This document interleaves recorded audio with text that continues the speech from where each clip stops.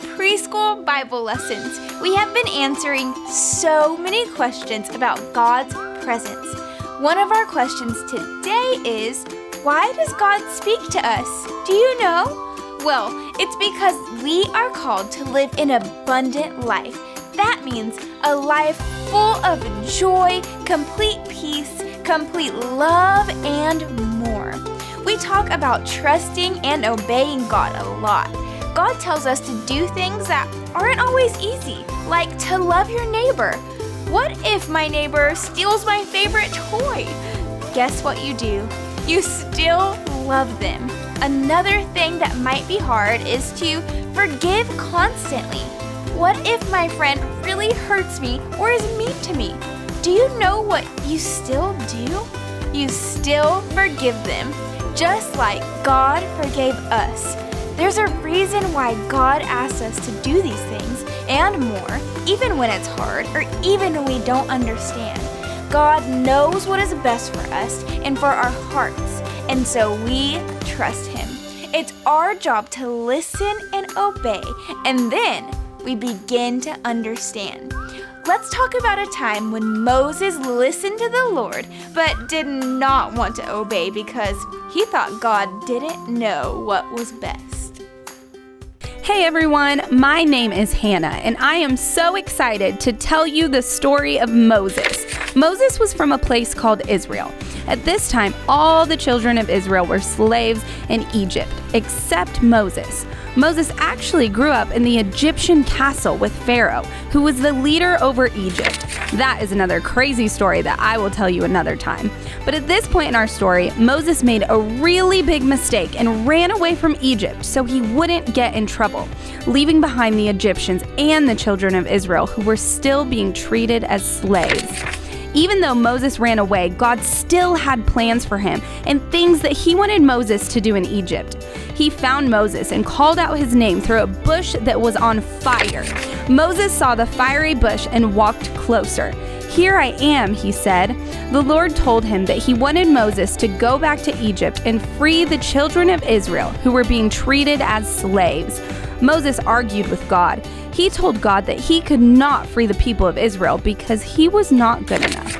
Moses pleaded with God and said that he would not be able to do a good job of talking to Pharaoh or the Israelites, so he couldn't do what God was asking.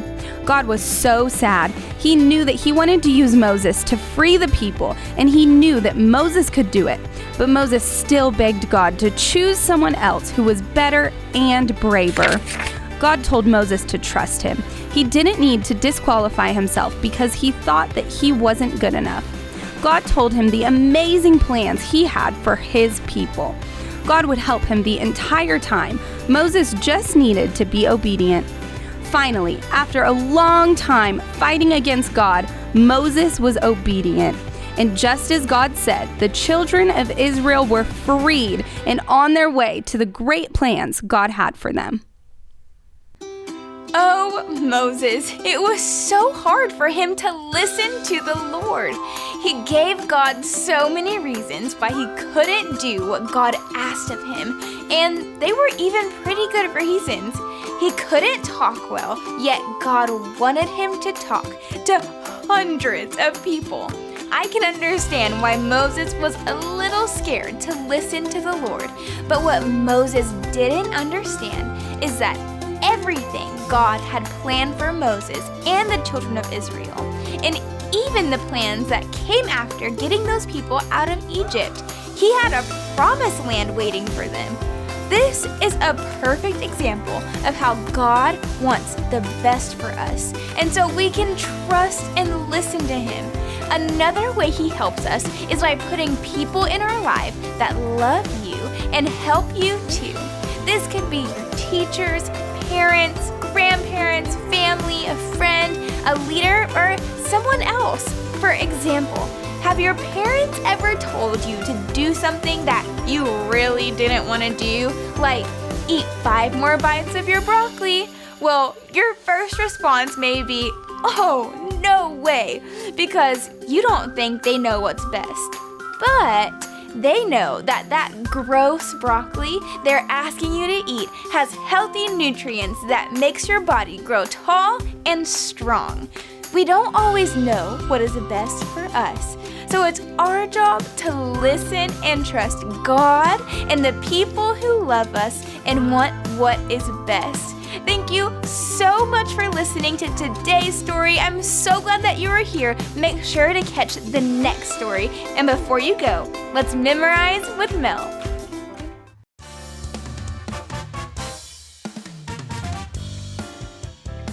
Hi guys, welcome to Memorizing with Mel. Today we're going to learn Genesis 22:14, which is on the mountain of the Lord it will be provided. Do you guys think you can help me do that? Yeah, well, everybody will stand up on a count of 5. Ready? 1, 2, 3, 4, 5. Awesome. Is everybody up? Now, how about this? On a count of 3, we do a funny face. Now, think of a funny face you're going to make. Okay, ready? On a count of 3, we're going to make a funny face. Ready? 1, 2, 3, funny face! Oh wow, some of you guys have really silly faces on. Now time to get serious. Let's learn our memory verse. Now remember, it's Genesis 22:14, which is on the mountain of the Lord it will be provided. Great, can we do it one more time? Good job. Ready? On the mountain of the Lord it will be provided. You guys are doing such a good job at learning this memory verse. I can't wait to see you guys next week.